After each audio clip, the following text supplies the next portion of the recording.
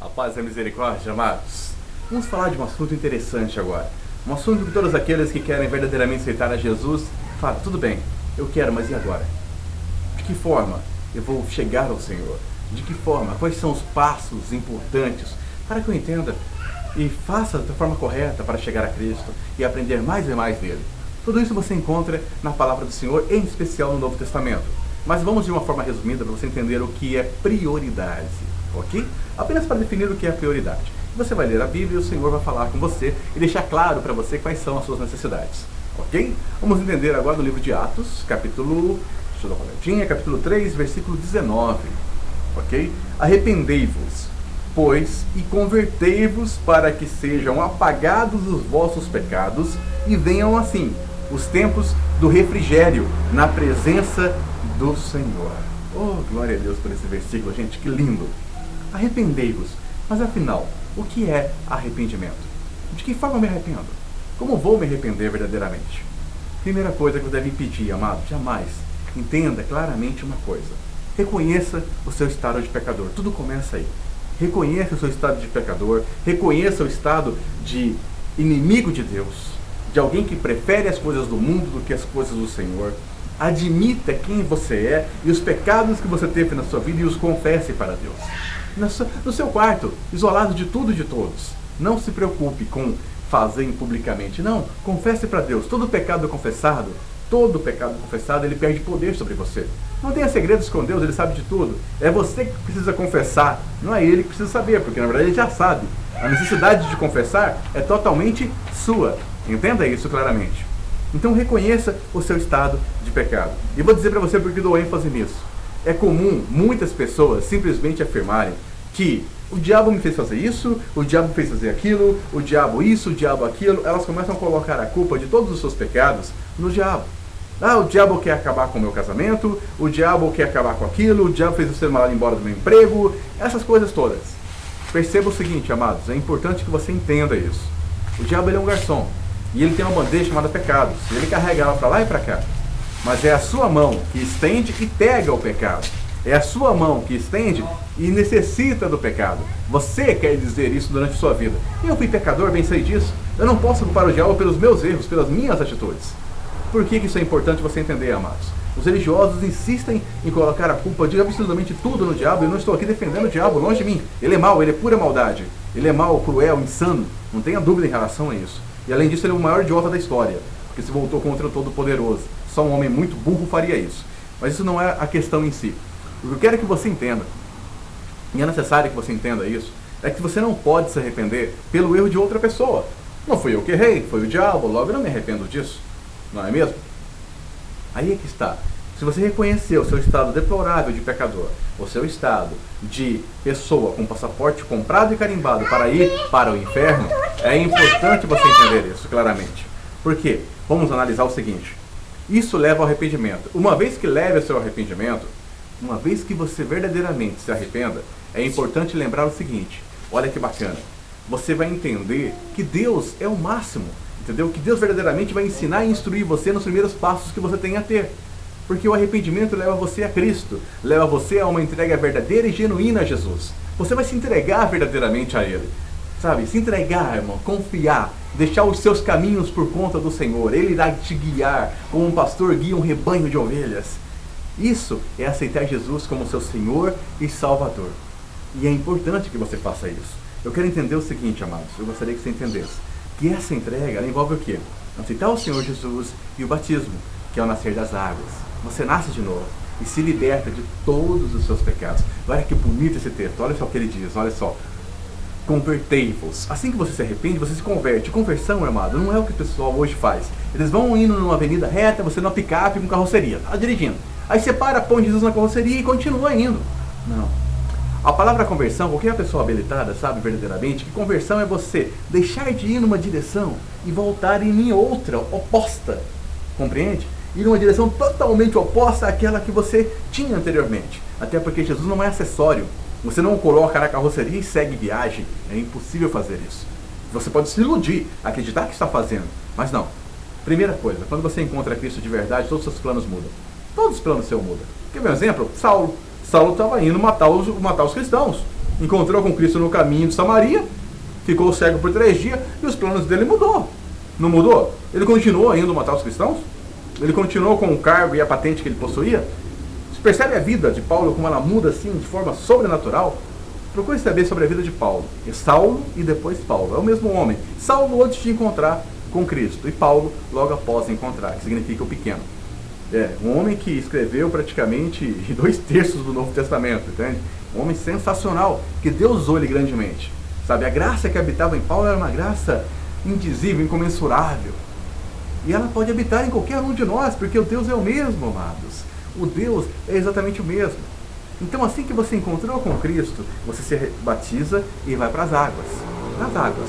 E o batismo é por imersão. A própria palavra batismo, ela significa justamente isso. Ela vem de baptismo, que significa submergir. Submergir é tornar totalmente coberto por água sem que nada fique à sobra. Ou seja, submergir totalmente.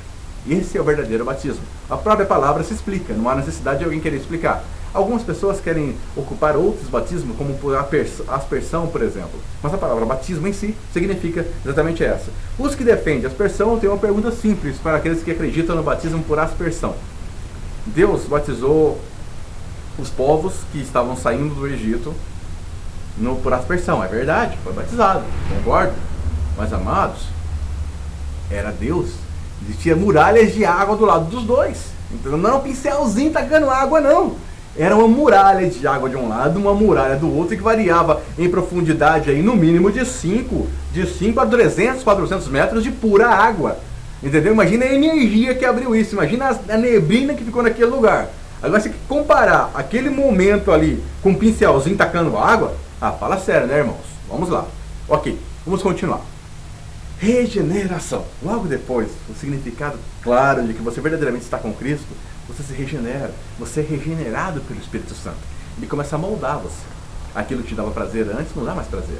Eu era viciado em jogos online, eu jogava 20 horas por dia se brincasse, entende? E eu comecei a pegar raiva daquilo, entende? Eu via que aquilo não era do agrado do Senhor, eu comecei a pegar raiva daquilo. Falar, não, isso não agrada, meu Deus, se eu ficar 20 horas jogando um joguinho online. No meu caso, por exemplo. De repente, seu caso é outra coisa. No meu caso também tinha outros pecados que eu cometia com frequência. Promiscuidade, entre outras coisas, que são pecados que, apesar de eu ter largado a promiscuidade antes do meu batismo, entende? A vontade sempre vinha. E assim foi. O Senhor foi regenerando, Ele foi cuidando. E não há mérito nenhum em nós. Na verdade, é Ele que faz a obra. Você apenas permite que Ele trabalhe. Não luta contra o Espírito Santo. O Espírito Santo quer, deixa Ele fazer. Ele sabe o que é melhor para nós. E Ele vai lá cuidar de você e cuidar de você até o ponto em que você vai fazer o segundo nascimento, que é o nascer do Espírito, que é conhecido também como o batismo do Espírito Santo. Ai, irmãos, quão bom e maravilhoso é o batismo do Espírito Santo. Alguém verdadeiramente convertido é necessário para obter o batismo do Espírito Santo. E o sinal do batismo do Espírito Santo não são as dancinhas que você vê por aí e o falar em língua tão somente. Não pense que somente isso é sinais do Espírito Santo, tá bom? Isso são apenas alguns dos sinais. Alguém que está batizado no Espírito Santo, ela está cheia de Deus. Então ela perdoa, então ela ama, então ela simplesmente se parece com Cristo no agir. Ela tem um agir totalmente diferente dos outros. Eu conheço muitas pessoas que entram dentro de um templo e falam em línguas, e dançam, e faz aquela coisa, e cai no chão, e esperneia aquilo, e dizem que aquilo é batismo do Espírito Santo, mas na vida dela, ela pega emprestado, não devolve, compra fiado, não paga a conta, entendeu? Na vida particular dela, e é claro isso, é visível, não precisa investigar, é só você olhar. Ela é rancorosa, ela vira cara com a irmã porque a irmã fez isso, fez aquilo, e por aí vai. Isso não é sinal do Espírito Santo. Sinais claros, o batismo do Espírito Santo é a regeneração que leva ao nascimento do Espírito Santo. E o Senhor Jesus fala, aquele que não nascer da água e do Espírito não pode entrar no reino dos céus. Ou seja, é necessário você passar pelo batismo das águas e passar pelo batismo do Espírito. Por quê? Porque o Senhor Jesus afirma isso. Isso é claro, para que você herde o reino dos céus. Então entenda claramente, amado, que uma vez que você chegue nesse nível de ser batizado pelo Espírito Santo, vem esse momento maravilhoso, olha só. Para que sejam apagados os vossos pecados, batismo das águas, apagado. E venham, assim, os tempos do refrigério pela presença do Senhor. Sabe, o mundo está pegando fogo, amado, e você está tranquilo. Está tudo explodindo ao seu redor e você está com um sorriso nos lábios. Você está com uma paz, uma tranquilidade, você não sabe descrever. O gosto de Deus, se você definir ele num gosto, como experimentar Deus, é paz. Sabe, paz, você não é uma água turbulenta dentro de você, aquela coisa confusa e tudo mais. Não, é paz, é tranquilidade, sabe? É navegar em águas tranquilas. É o Senhor Deus cuidando de você e você ter tranquilidade diante de absolutamente tudo. É alguém apontar uma arma para você, você olhar para a pessoa e pensar, e o Senhor te responder claramente e falar: se a arma funcionar, eu venço. Se a arma funcionar e não me matar, eu venço. Se a bala pegar na coluna e me deixar paraplégico, eu venço. Se a arma falhar, eu venço. Não importa o que aconteça, caso aquela pessoa puxe o gatilho, a vitória é sua. Ela não pode ser tirada de você, porque você é forasteiro em terra estranha. E esse sentimento de forasteiro, ele nasce claramente em você no batismo do Espírito Santo. É nesse momento que você claramente entende que você não é daqui, que você é um forasteiro em terra estranha. Compreende isso, amado? De forma simples, resumida, é muito mais complexo do que estou dizendo para você. É apenas para que você possa entender, para que você possa buscar e compreender verdadeiramente o que Deus quer de nós. Compreende isso? Busque agradar ao Senhor, procure obedecer, sabe? O Senhor prefere muito mais a obediência do que o sacrifício. Basta ler Salmo 50 para perceber isso. O Senhor se alegra mais da obediência. Então obedeça, sabe? Não teme contra o Senhor. Ele sabe, por mais que ele te dá uma ordem, você fica um pouco confuso porque não consegue entender aquela ordem. Lá na frente você vai entender aquela ordem. Apenas cumpra, obedeça. Obedeça ao Senhor. E você vai poder entender coisas que hoje você não entende. Peça a Ele sabedoria, discernimento. Ele te dará, amado. Não há diferença para Ele entre abençoar você com a inteligência e a sabedoria sobrenatural dele. Ele está ali, com a mão esticada para te abençoar, para te oferecer. Saiba pedir. Saiba pedir. Compreenda que é necessário você saber pedir para Deus. Peça as coisas que são importantes. Por quê? A maioria das pessoas vivem pedindo coisas que são desse mundo. E alguém que pede coisas que são desse mundo e vive pedindo coisas que são desse mundo, elas ainda acreditam que na verdade são moradores deste mundo e não forasteiros. E o Senhor atende muito mais os que nasceram do Espírito e têm compreensão, na verdade, de que somos forasteiros em terra estranha. De que na verdade nada aqui é nosso. Peça para Deus aquilo que não pode ser tirado de você. Aquilo que ninguém, absolutamente ninguém, vai conseguir tirar de você. Pense nisso. Tá bom? Para você que chegou agora, é recém-convertido, está buscando mais de Deus, sabe, aquela sede, aquela, Senhor, como eu quero mais de Ti. É tão bom, né, amado? Sabe, é tão bom. Continue buscando. E cultue o hábito de passar sempre um tempo a sós com Deus diariamente. No mínimo meia hora, amado. Diariamente. Você fecha tudo, desliga celular, internet, tudo. Fica meia hora só você e Deus. De preferência num lugar que é para você ver a criação dele. Um monte perto de casa, eu não sei como que é o lugar que você mora. À beira da praia. Isso aí é com você, amado. Você vai criar o seu lugar de intimidade com Deus. Isso é contigo, tá bom? Fique com Deus, Jesus te ama, mantenha fé. E para você que acabou de chegar ao reino, saiba que você terá batalhas, e muitas batalhas. Você cruzará um deserto, sabe? Você será esbofeteado. E eu gravarei um vídeo em breve chamado A Primeira Batalha. Um vídeo em que eu quase enlouqueci. Eu fiquei perto de comer grama como Nabucodonosor comeu. Não porque Deus assim o desejou, mas sim porque Ele permitiu. E no vídeo, A Primeira Batalha, você vai saber melhor sobre isso. Eu estou orando para gravá-lo de forma que possa oferecer e estruturar melhor a sua fé. E para que eu não diga nenhuma palavra que não seja do agrado do Senhor. Porque eu passei uns 7 meses, amado, bem no ápice da loucura, bem na beira do precipício da loucura. Sabe, eu fui esbofeteado pelo diabo como você não pode nem imaginar. Mas o Senhor me deu vitória. E eu gravarei um vídeo em breve chamado A Primeira Batalha. Continue acompanhando os vídeos. Fique com Deus e nunca se esqueça, amado. Deus é contigo, sempre, sempre, sempre. Não importa o que esteja ao seu redor, Ele é contigo. Mantenha-se fiel a Ele, ok? Nossa recompensa é lá no alto. Não pense em viver uma vida confortável aqui. Somos soldados entrincheirados, nunca se esqueça disso. E não há conforto em trincheiras. Pergunte a um soldado lá no Paquistão, ou lá no Afeganistão, ou no Iraque, se a trincheira é confortável. Não há conforto aqui. E aqueles que, infelizmente, buscam a teologia da prosperidade, buscam ser ricos nesse mundo, permita-me que eu diga algo, amados. Já assistiu Paixão de Cristo? Já? Lembra daquelas imagens claramente?